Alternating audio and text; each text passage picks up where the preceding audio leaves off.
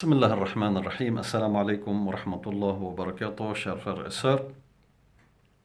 Nous sommes ce court discours numéro 24, donc la veille de 24.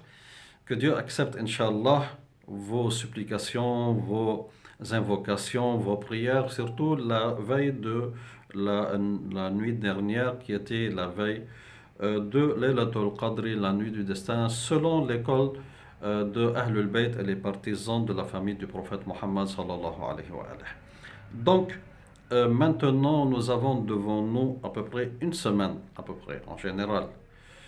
Nous avons encore cette partie qui nous reste et il a été rapporté d'après le prophète Mohammed sallallahu alayhi wa alayhi et la famille purifiée d'Ahlul Bayt alayhi salam, l'imam Ali, l'imam Sadiq et les autres imams Ma'soumin alayhi salam, que le prophète Mohammed sallallahu alayhi wa alayhi donnait une importance spéciale à ces 10 derniers jours. Pourquoi? Parce que l'être humain, quand il jeûne en général, le croyant, le fidèle, quand il jeûne pendant 20 jours, pendant 23 jours, il commence à sentir cette fatigue.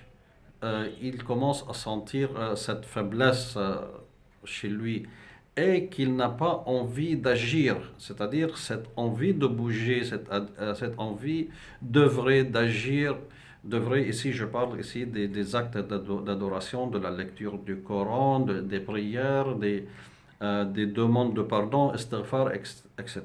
Donc, ici, le prophète Mohammed sallallahu alayhi wa alayhi nous apprend que la bénédiction divine, la grâce divine, même Laylatul Qadr, c'est-à-dire les bienfaits de Laylatul Qadr, c'est-à-dire le pardon d'Allah subhanahu wa ta'ala, englobe toutes les 10 dernières nuits et tous les 10 derniers jours du mois de Ramadan. Et ici, il y a une certaine philosophie, chers frères et sœurs, islamique, divine, que l'être humain, quand il sent la fatigue et qu'il veut, comme on dit, lâcher prise, baisser les bras, ici vient les recommandations coraniques, vient les recommandations islamiques, prophétiques d'Ahlul Bayt alayhi salam pour lui dire non, ne baisse pas les bras, continue parce que tu es à peu près arrivé à achever ta tâche, tu es arrivé à atteindre ton but, donc tu ne dois pas baisser les bras. Et il y a beaucoup de versets coraniques, de hadiths, comme فَإِذَا فَرَغْتَ فَانْصَبْ وَإِلَى رَبِّكَ فَارْغَب. Quand tu finis une œuvre, aussi fatigue-toi, œuvre aussi vers un autre objectif et un autre but, et vers Allah subhanahu wa ta'ala, dirige-toi. فَإِذَا فَرَغْتَ فَانْصَبْ.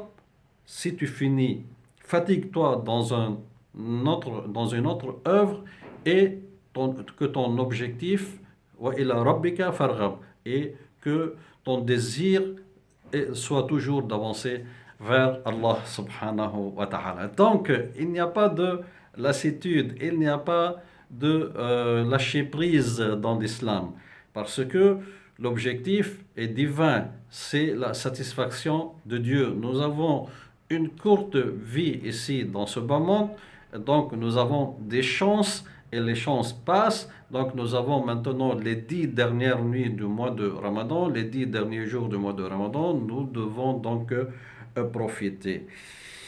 Et il a été rapporté d'après l'imam Ali, l'imam Sadiq, que le prophète Mohammed sallallahu alayhi wa alayhi évitait sa famille, son épouse, évitait tout le monde les 10 dernières nuits pour se consacrer à l'adoration d'Allah subhanahu wa ta'ala, prière, lecture du Coran, supplication, etc., istighfar, demande de pardon. Et il y a un dua d'après l'imam As-Sadiq alayhi salam qui est très recommandé ces 10 dernières nuits. A'udhu bi jalali wajhika al-karim. Donc je me réfugie auprès de ta face grandiose, ya Allah subhanahu wa ta'ala. La face d'Allah, c'est la miséricorde.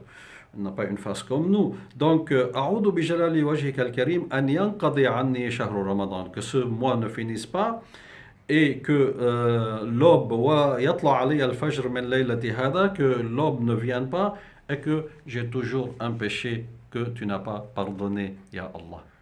Assalamu alaikum wa rahmatullah wa barakatuh.